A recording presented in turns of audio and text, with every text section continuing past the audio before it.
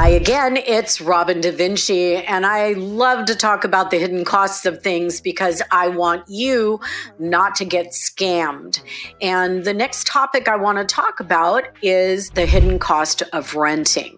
Now, I am a proponent of owning a home or a condo. If you know everything about it, you go in with your eyes wide open and you have the money to back up everything you're doing with ownership. But when you're renting, people believe that it's all on the landlord and has nothing to do with you, that you can go into a space, that you have no responsibility, and that you can live pretty simply in someone else's unit.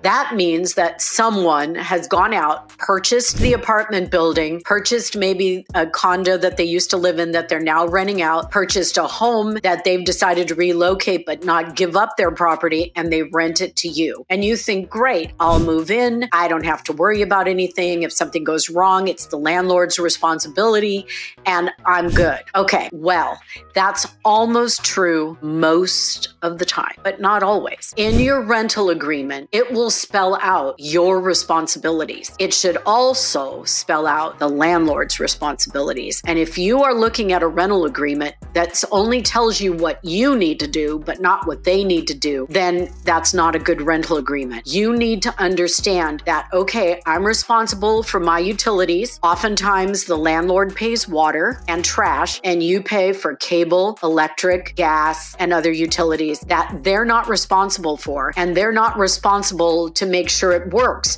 So if your cable goes down in your apartment, you need to call the cable company and you need to pay for the repair if there is one. Oftentimes there isn't a charge or there's only a come out charge. But that isn't the landlord's responsibility. If your electricity is turned off because of non-payment, obviously that's you. If the water goes down because of non-payment and it's in your rental agreement that the landlord pays water, you have rights as a tenant to get that up and running right away. If the water heater breaks and that's the landlord's responsibility, they have like 24 to 48 hours to get you water. They cannot just go, whatever. If your garbage disposal isn't working, they may have a little bit more leeway because that doesn't interrupt your living. If they pay for water and there isn't water, or it's dirty water, or it's something like that, it's up to them. If it's in your agreement, make sure you know all of the things that you're responsible for in a rental agreement and what the landlord pays for. Every single person needs renter's insurance. Renter's insurance covers your contents. Renter's insurance covers, like, let's say you, silly as it may seem, left your laptop in your car. Someone broke into your car, broke the window, stole the laptop. Guess what? That's two different insurances. The auto insurance will repair the window. Your renter's insurance will pay to get your laptop fixed.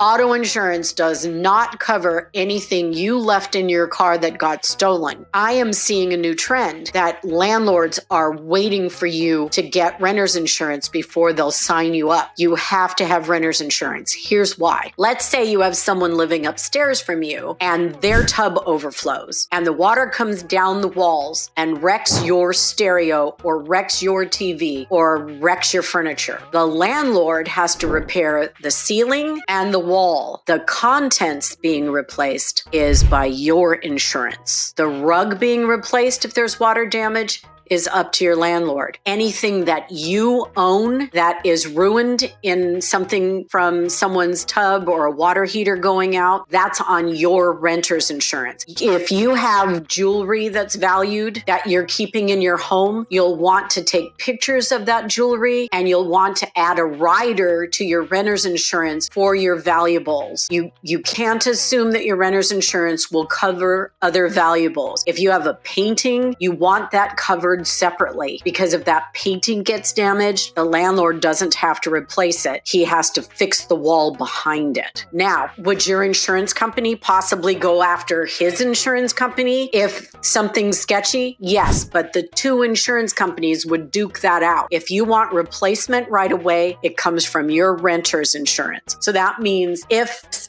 something breaks above your closet and your clothes all get ruined, your renter's insurance would give you money to replace the clothes, and the landlord would have to fix the inside of the closet. Don't get fooled by that. Always know what your responsibility is. And if your landlord is not requesting renter's insurance, get it anyway, because you are at risk for everything inside your home. If it's burgled and everything's taken while you're gone and someone breaks your lock, the landlord replaces the lock, but everything that they stole has to come out of your renter's insurance. So renters, beware. That's something that I've always been surprised by. Renters go, oh, well, yeah, that was broken, but the landlord has to replace my TV. No.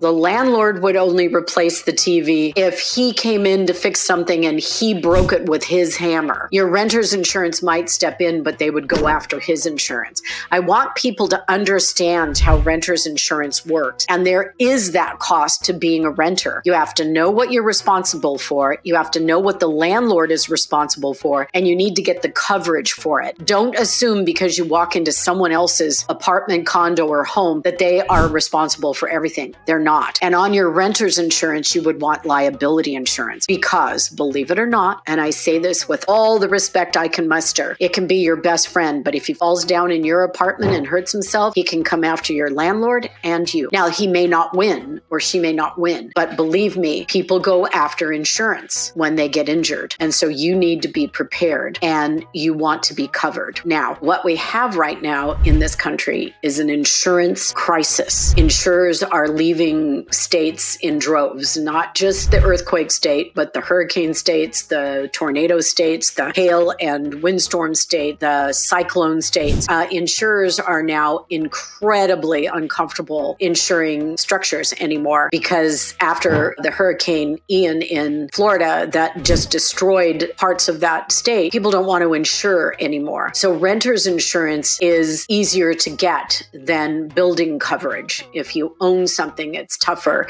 If you rent, renter's insurance is reasonable. Renter's insurance has limits. And I have renter's insurance because I sold my home. And my renter's insurance, I also have earthquake. And so the earthquake policy is not crazy expensive. So I have a renter's policy and an earthquake policy. And I think that's really the smart way to cover it. And what does it cover? Damage to the interior of my unit where my stuff is. The building itself is covered by the landlord. I am covering contents that might be ruined by an earthquake. And I'm going to tell you why. If it's an earthquake and there's damage from the earthquake to your contents, the earthquake insurance has content on it. And so there might be a tug of war between your renter's insurance and your earthquake insurance, but you will be double covered. I don't take any chances. So look into those specialty policies. Make sure that your valued items have a separate, it's called a rider. You want a valuable items rider so that your diamond ring, your wedding rings, any paintings, anything of real value that isn't covered, just like a couch or a TV, but things like that you want covered on your renter's insurance.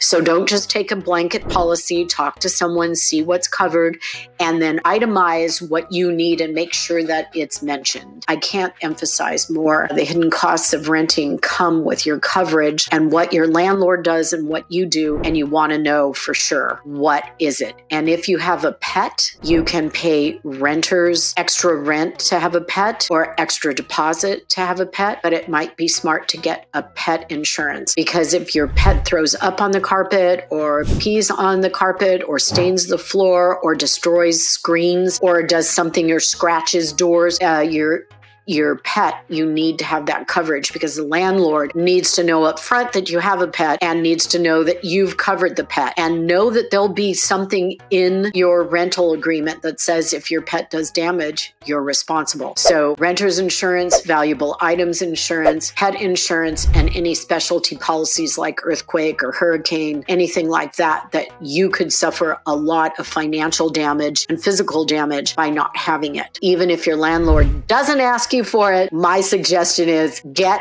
complete renter's insurance. That's part of the cost of renting, just like part of the cost of having a mortgage is having property insurance. So thank you so much. I hope this helps, and I hope it makes renters just a little smarter. Thank you. Like and subscribe, and I'm here to help.